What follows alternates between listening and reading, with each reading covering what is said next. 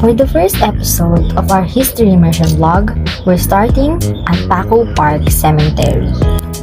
Paco Park is a recreational garden today, but it has a rich history as Manila's municipal cemetery built by the Dominicans during the Spanish colonial period.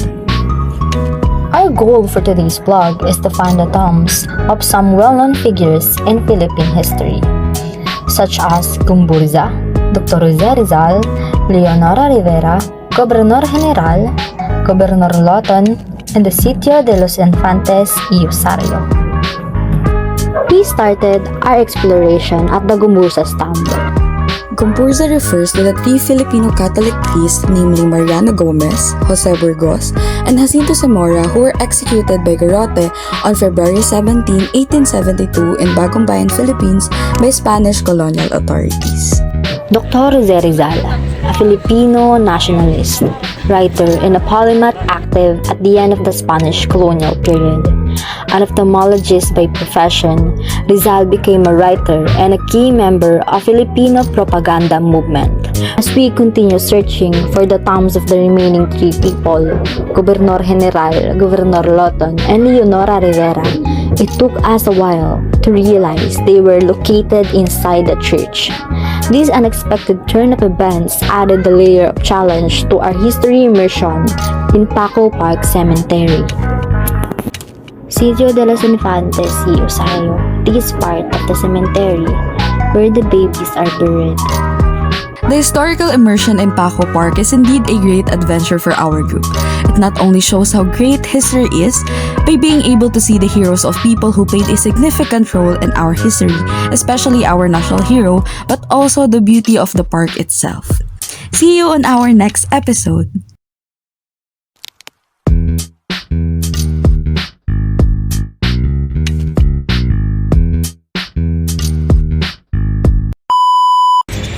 Tapos na kami sa Anthropology. Now we're going to Fine Arts. We'll see you there. Bye!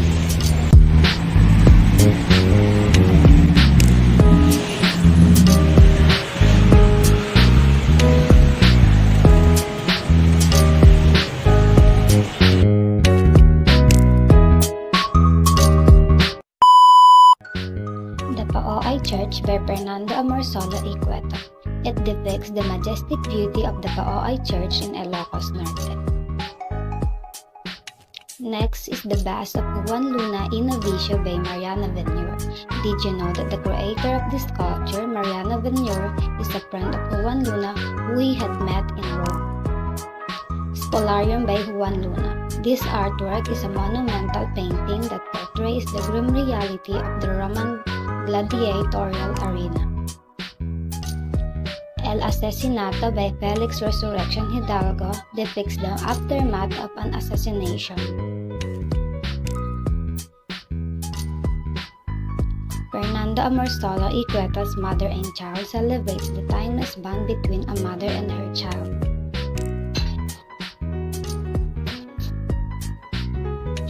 Una Bulaqueña by Juan Luna.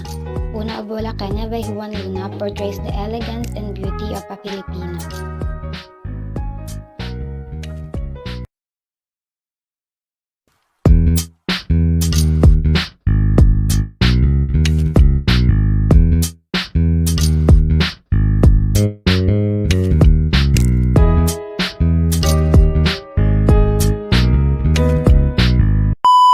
So we're on standby and we're going to National Museum of Anthropology and Fine Arts. We are Powerpuff Girls. So, hindi ko alam how.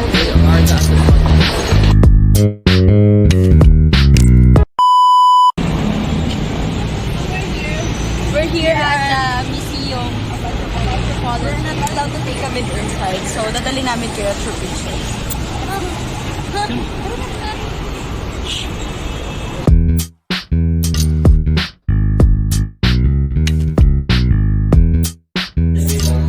Kiss.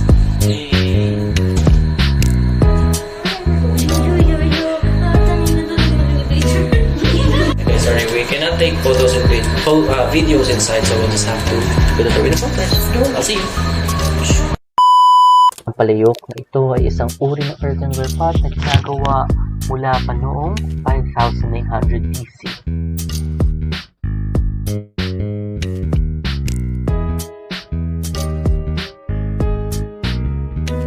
Doctrina Christiana. Ito ay isa sa mga unang libro patungkol sa katekism ng simbahang Katoliko. Dito man makikita ang mga amulet o lingling na ginagamit ng ating mga ninuno na gawa sa jadestone. Ang manunggul jar ay isang uri ng earthenware na ginagamit rin sa ritual o sa libing.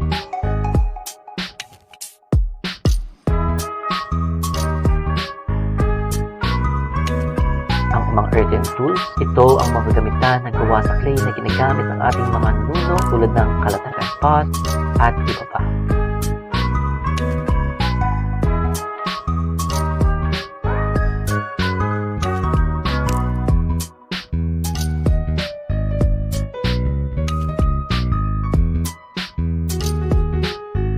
Ang lago ng copper plate ay ang isa sa mga primary historical source na ginagamit ng mga scholar para pag-aralan ang ating nakaraan. Marble hall. Makikita rin dito sa anthropology ang napakalaki at napakagandang marble hall. At itong red leaf earthenware jar ay isang uri ng earthenware din.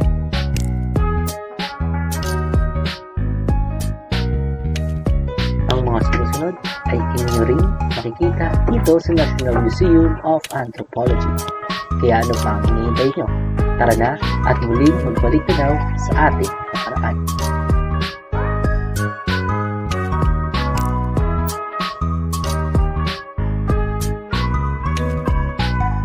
Dito naman ay makikita nyo ang isang hayop na namumuhay sa kanyang natural na tahanan. Lagi natin tandaan, irespeto ang mga ito. Good morning! Welcome na naman sa isa pang episode ng Group 6 Historical Immersion. Dito tayo ngayon sa Binondo, nakilalang bilang oldest Chinatown in the world at sentro ng commerce noong panahon ng mga Amerikano. Halina at samahan tayo pag-ikot natin dito sa Binondo.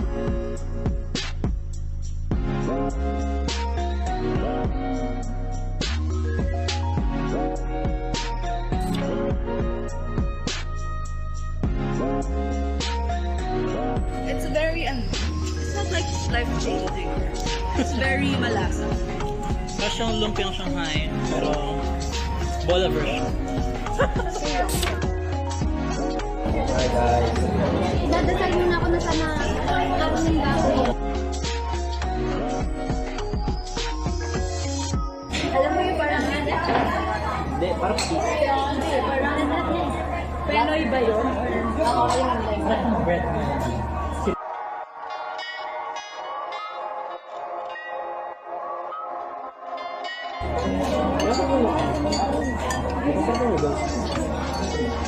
I like it with this.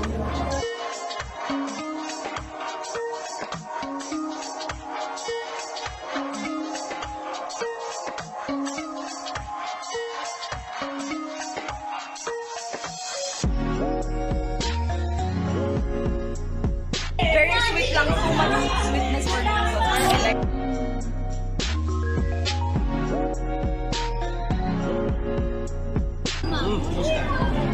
Itong gulay, yung tart okay din. Meron siya kainin pero matap. Siguro konting iwan pa sa oven. So yun na mga busog. Overall, We enjoyed the food. next adventures, see you.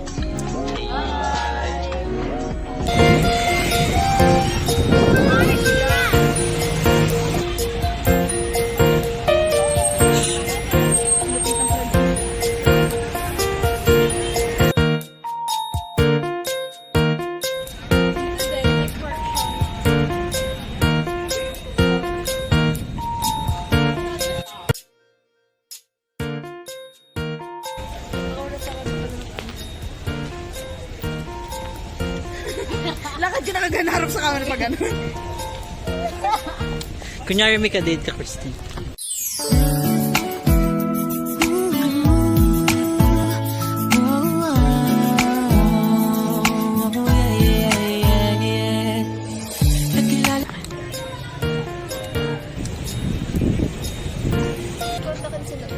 Meanwhile, back in the lowlands, Going on a trip on a favorite rocket ship. Nahiwalay kami sa grupo namin. Pabibo kami, bakit pa? Welcome to our vlog. Ayan na po ang kung naman tawag dito, Church of Lady Lourdes. Dahil naligaw kami at wala yung bako grupo, Lagi na lang tayong mawawala sa Maynila. juice break. Po si King Charles Spain. Tapos dito naman tayo sa isa sa ating mga historical marker. Hindi ko alam kung sa Bureau of Treasury. Bureau of Treasury. Okay. Yan po. Alam ko pang ilang group kami at kung pang anong ano to. Pero basta yon, bagong grupo. montage.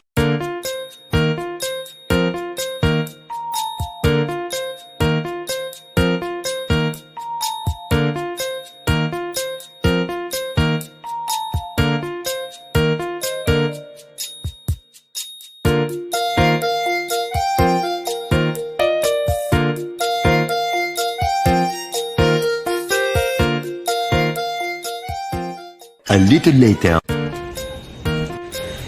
We have the Adoration Chapel.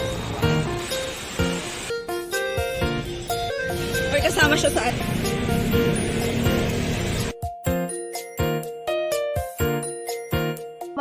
Introduction. Hello po, good morning. Punta po kami Cartilla ng Manila. Thank you. Cake. Hi! Yung ano, kita ko. Hi!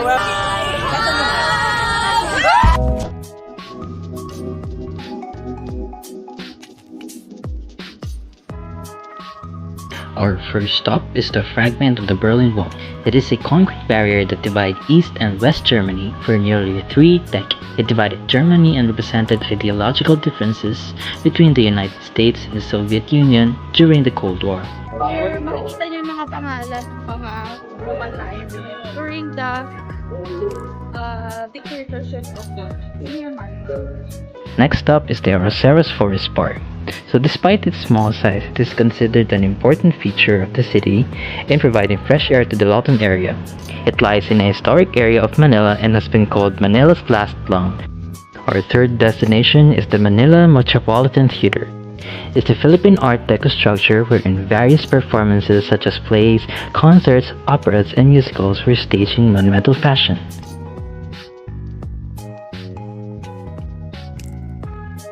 Next up is the Liwasan Bonifacio, historically known as the Plaza del Fortin.